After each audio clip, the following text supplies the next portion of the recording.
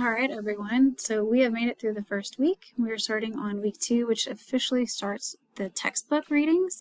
So chapter 13, really this starts with like a part of the book. I believe it's part 4 of the book, and is talking about the early modern world from 1450 to 1750. And so kind of this overarching theme that you're going to notice is toward like modern times, toward modernity, or persistence of older patterns. So the first thing kind of in the introduction to this unit, which I believe is chapters 13, 14, and 15, I could be wrong, but it's a couple of chapters. Historians, what we do is we often give names to historical periods really to help us organize the past, right? So kind of think of like the Jurassic and the Triassic, like those periods of like way before, like eons ago. We do the same thing, and one such label that we have is the early modern era, and that's usually dated 1450 to 1750. You might be thinking, well, why 1450 if this class doesn't start till 1500? Because you have to think like Age of Discovery was, for most, except for the Spanish, it was around 1500, but we back up just a little bit because by the late 1400s is when we start really globally exploring. And globally, I mean coming into the Western Hemisphere. And so the term early modern, it does suggest that we can see like even these early signs of modern world taking shape. And again, those global connections, powerful states, powerful governments, new economic systems, and then also scientific thinking. We're no longer believing in superstition. We have the scientific revolution that's going to happen. And so those kind of like catapult us into this modern era. But here's the key question, right? Was this truly the beginning of modernity, or did most people continue living in much older ways, older traditions?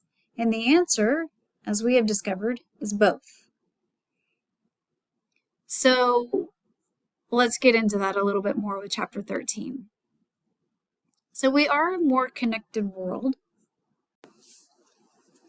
And you can see by this map, for the first time in human history, nearly all parts of the world are connected. So Western and Eastern hemispheres, Northern and Southern hemispheres connected. And also what you'll notice is Christianity is also spreading. And this is really important when we start talking about like European history, and we talk about like why they're conquering and why they're exploring and why they are colonizing. One is to really grow that empire, but also to spread Christianity as well, because the other big player during this time is the Muslim faith. And so that was like the leading faith at the time. So you see a lot of backlash against the Islamic faith and the Christian faith, and those two kind of going back and forth.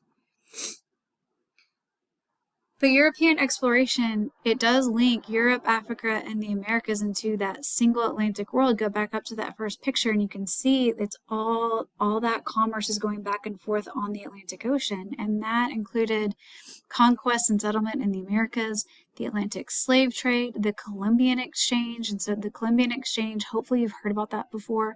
That was which we have the transfer of flora and fauna between the two, and also diseases between Old World and New World.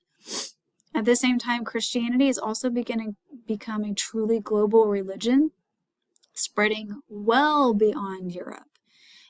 But it's important not to mistake that for European dominance everywhere, because you have other empires are expanding at the same time. You have, over in kind of what we in America consider the Middle East, you have the Ottoman Empire, and it unified much of the Islamic world. The Qing dynasty in China is also going to double its territory. The Mughal Empire ruled most of South Asia at this time, and Russia, they're going to expand across Siberia and into Asia. So modernity, if it was emerging, was global, not just European, which is really cool that we get to look at it from that perspective in this course, because most of the time when we take history classes, we're doing like U.S. history, world civilization, we're only really focused on what is happening in Europe because it directly affects us in the Americas. But in this class, we get to take in the whole global perspective. We also see political transformations. Empires are everywhere. So between that period, that time period of 1450 and 1750, the world experienced an age of empire building, unprecedented.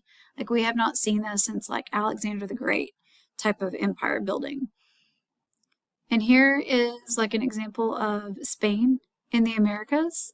So, here's where Columbus landed, and he was sailing for Spain, although he's an Italian. This is the only place he ever got to. He never got to mainland. He only got to the islands. But you can tell after his first voyage over here, we have a lot of the Spanish Empire growing. Bonus points if you guys can tell me why this is not part of the Spanish Empire. What is this a part of, or what empire is this a part of? And why is it not colored red? Also, Russian expansion. I kind of briefly mentioned this, but you can see Russia is expanding into Siberia and into Asia, over in this area.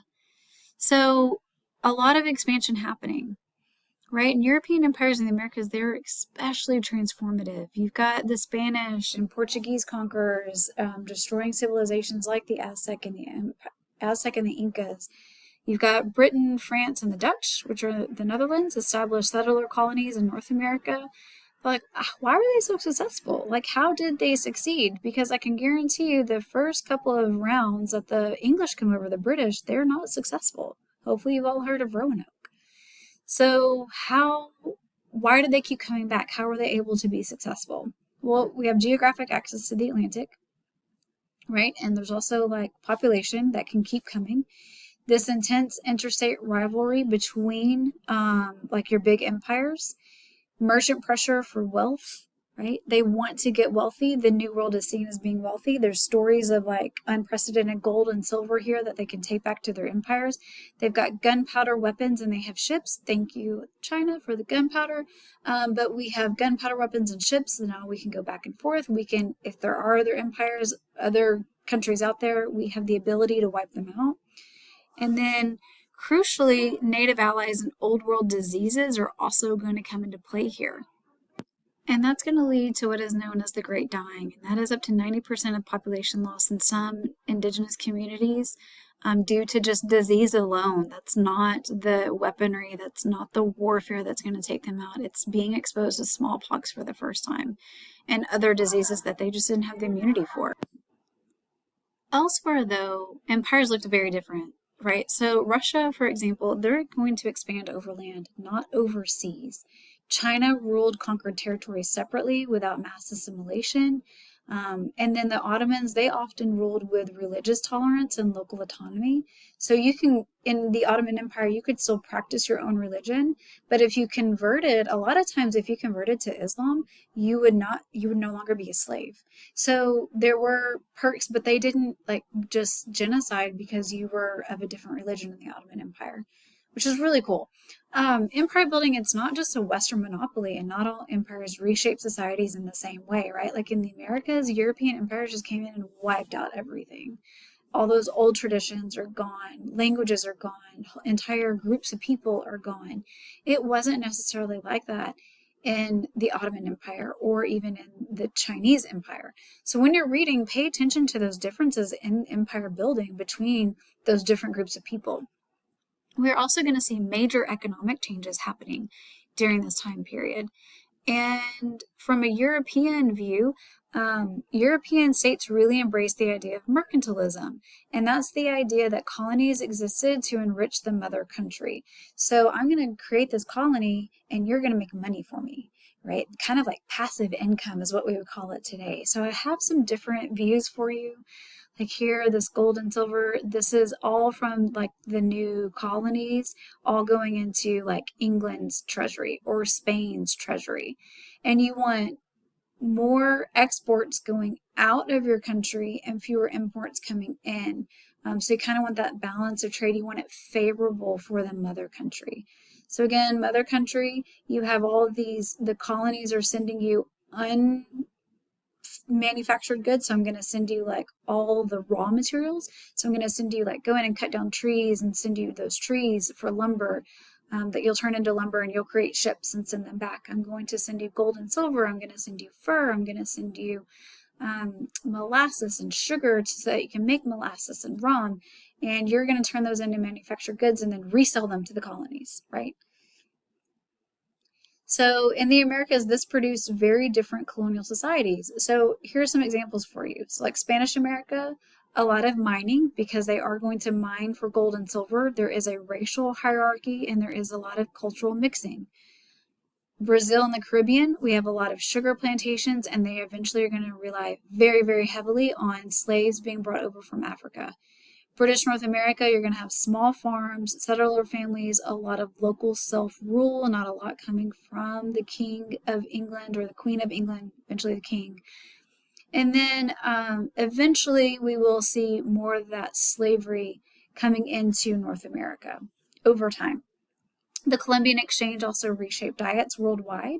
So remember, it's not just the diseases that are coming in and going out. Syphilis was the only disease that really transferred back to the old world, but we see like potatoes are going to help fuel population growth in Europe. Corn is going to spread in Africa and China. Tobacco and others are going to become global commodities. And despite this trade, true industrialization had not yet begun. So keep that in mind. We don't have the Industrial Revolution just yet.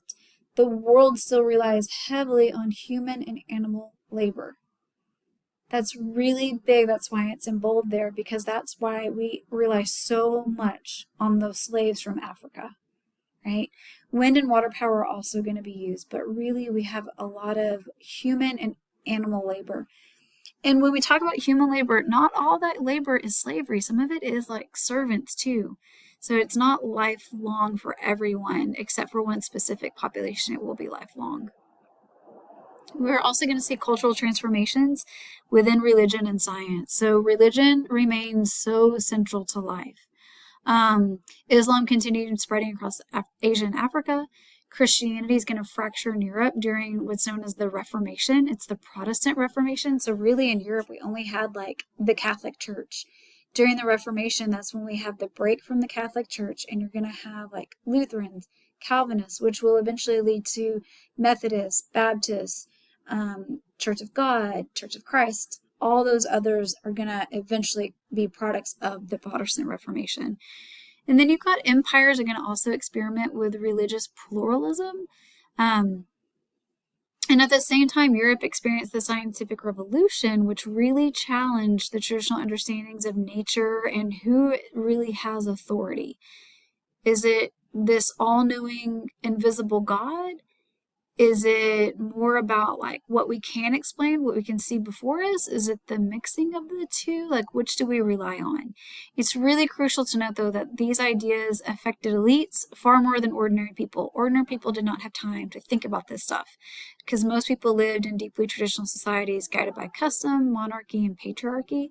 And also, a lot of those people are just trying to make it to the next day.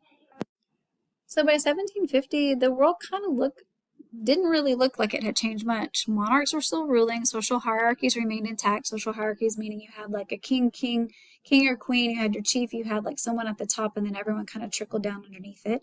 Gender inequality was assumed. Rural peasants made up most of the population. Europe, India, and China had comparable manufacturing output, and there was little sign of industrial society on the horizon. So while we do see sprouts of modernity existed, for most people, this era just marked the continuation of long established patterns. Not much had changed among the majority of people. So why does this matter? Why does context matters? The most important lesson of this period is not simply what happened, but how events relate to one another. So European expansion looked very different when placed alongside like Russian expansion, the Qing imperial growth, Mughal religious policy, Ottoman pluralism. So history is relational, comparative, and contextual. Nothing stands alone, and what we see is that tension between change and continuity defines the early modern world. So as you're reading over the chapter and you're doing the learning curve, make sure you're kind of paying attention to all those things that I try to highlight and point out for you as you go through, and see if you can make those connections and comparisons on your own and dive a little bit deeper when you get into the readings.